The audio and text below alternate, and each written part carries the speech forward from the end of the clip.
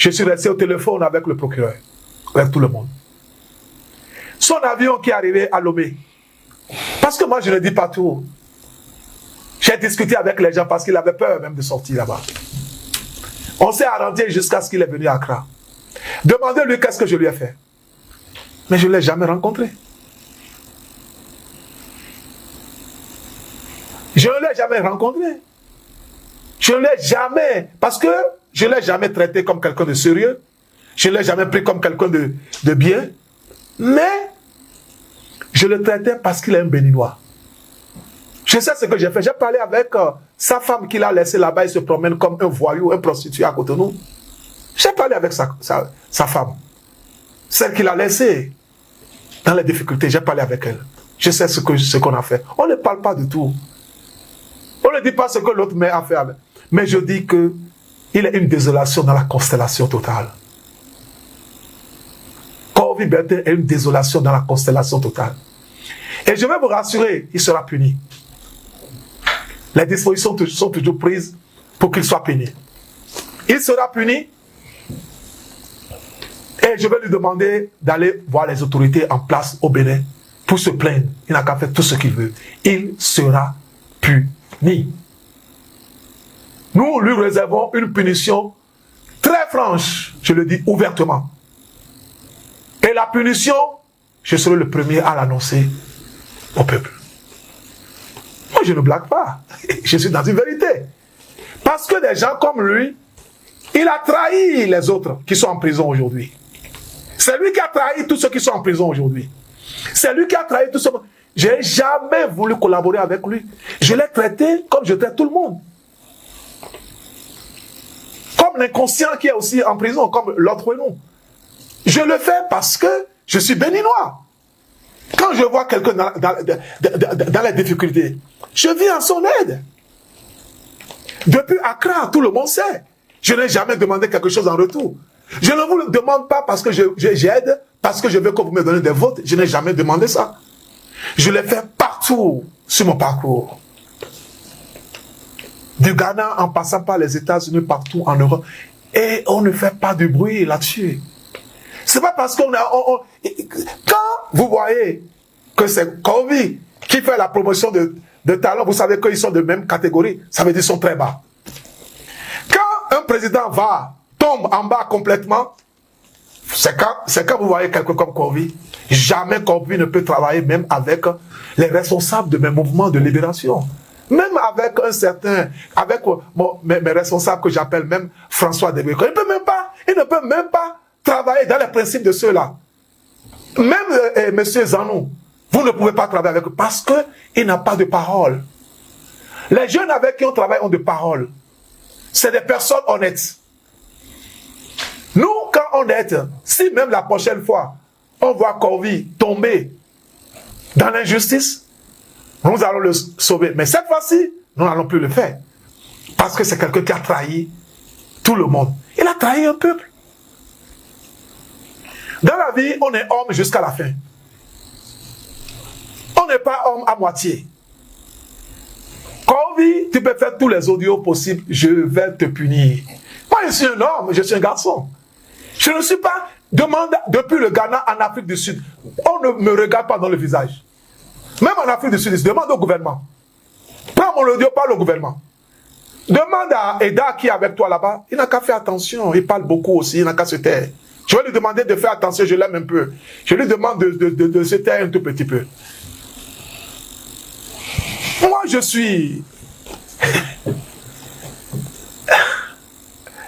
Corvi, tu es sûr de ce que tu veux commencer? Je vais te punir à Cotonou. Tu vas faire quoi? Tu ne feras rien. J'ai vu ta famille de bonnes personnes qui me demandaient « Oh, merci pour ce que tu veux. » J'ai dit, je leur ai dit, ils ont encore les SMS. C'est le Bénin. Je ne fais rien pour lui. Il a trahi. Tu es à Glas, tu es dans les maisons de Sensa, tout ça là, je connais tes mouvements. Tu seras puni. Et tu serviras d'exemple pour d'autres personnes. Si Bada ou bien Yaya avait une occasion de donner de garde du corps,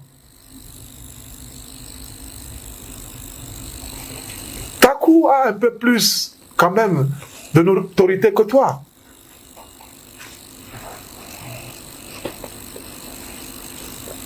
Si il t'a rendu service, il est allé à Accra pour te chercher.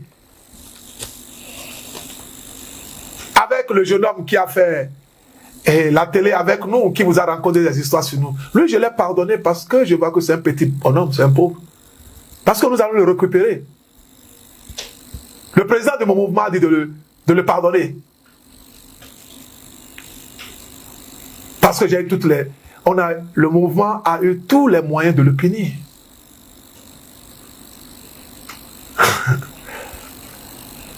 Cher ami, je n'ai pas le temps pour vous. Apprenez à respecter Aruna. Apprenez à respecter les autres. Sur le continent, même en Guinée équatoriale, allez demander mon nom. En Guinée équatoriale, allez demander mon nom. Moi, je respecte le président équato-guinéen. C'est mon père. Vous lui avez apporté quoi? Qu'est-ce que vous lui avez apporté? Mensonge. Rien. Le président équato-guinéen, c'est notre père du continent africain. Un monsieur pour qui on a beaucoup de respect. Vous n'avez pas apporté, vous ne l'avez pas apporté des solutions, vous n'avez apporté que des problèmes. Oui, Son Excellence, comme vous disiez tout à l'heure que M. Bertin Kovi sera puni. N'est-ce pas que vous confirmez ce qu'il a dit dans son audio? Parce que là, il a mentionné, c'est-à-dire, disant qu'une personne comme vous, une fois au pouvoir, tout le monde va finir en prison. Vous savez, nous allons redéfinir les contextes de la démocratie. Cette démocratie où ça profite certaines personnes qui peuvent changer la loi pour eux-mêmes. Et puis cette démocratie où des gens peuvent dire ce qu'ils veulent. Moi, il a dit que si je viens au pouvoir, je serai dangereux pour... Donc tout le monde finira en prison avec une personne comme vous une fois au pouvoir. Mais ce n'est pas vrai. Ce n'est pas vrai. Les personnes qui vont finir en prison, c'est le gouvernement en place. Nous avions pris des dispositions, on a un document avec ECOWAS, l'Union européenne, les Nations unies, l'État américain, le département et des États américains avec Blinks. Nous avions demandé une amnistie totale à toutes nos personnes. Nous, on sait ce que c'est qu'un État. Quand vous arrêtez des gens pour les cabris et les moutons, et puis vous arrêtez les gens pour les histoires de terrain, tout ça, comment on veut développer? Alors que il y a ce qu'on appelle, quand on parle de développement économique, c'est que je ne comprends pas. Moi, je ne suis pas éduqué. Je ne suis pas éduqué et je me force de comprendre quelle est la vision de ce gouvernement. Ils vont où? On dirait qu'ils n'ont pas de vision, ils n'ont pas un plan. Vous avez un problème de déficit budgétaire. Et ceux qui permettent, je ne dis pas ceux qui ont volé, il y a le secteur privé. Toutes les personnes qui emploient des gens dans notre pays sont tous en prison. C'est quoi cette histoire-là? Alors qu'on ne peut pas trouver du boulot aux gens dans le pays. La seule personne qui emploie dans le pays, c'est le président de la République. Quand même. Je connais des jeunes qui sont de bons juristes dans le pays. On peut régler ces problèmes-là sur le plan juridique sans mettre les gens en prison, sans fermer leur entreprise.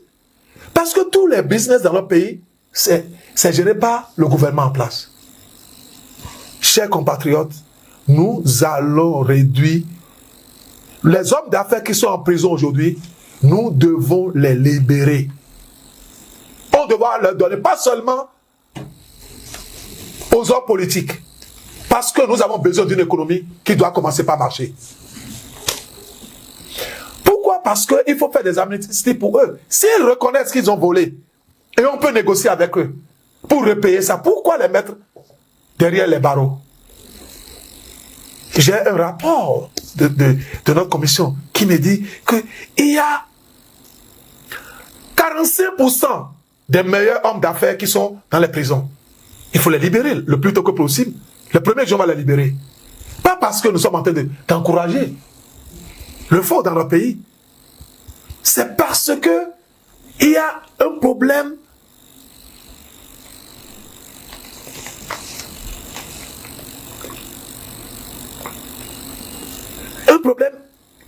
très, très important dans notre pays, c'est que il n'y a plus d'activité économique dans notre pays.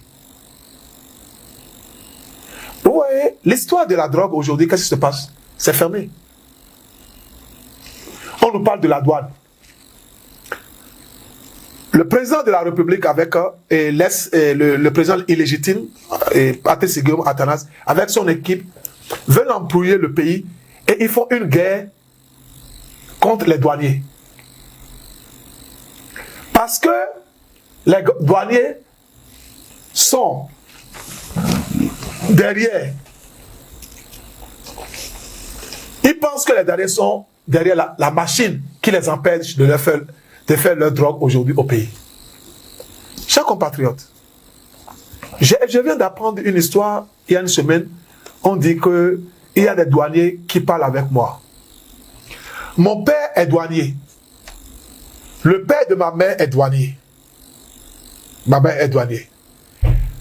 Le frère de ma mère est douanier. Le mari à ma soeur est douanier de la douane.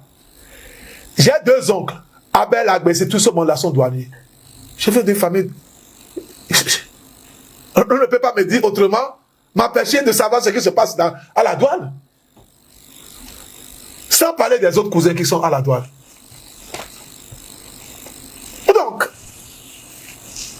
quand Patrice Talon a toujours eu des rancœurs contre les douaniers, à cause du PVI, parce qu'il sait que le PVI va disparaître bientôt. Nous allons donner le PVI à quelqu'un qui va bien gérer ça pour nous. On va changer ça, on va récupérer ça, nous allons remettre ça dans la main d'autres personnes. La SONAPRA, tout ce monde-là, que les bénévoles soient prêts pour prendre, on va leur donner ça à $1 comme ils ont donné à d'autres personnes.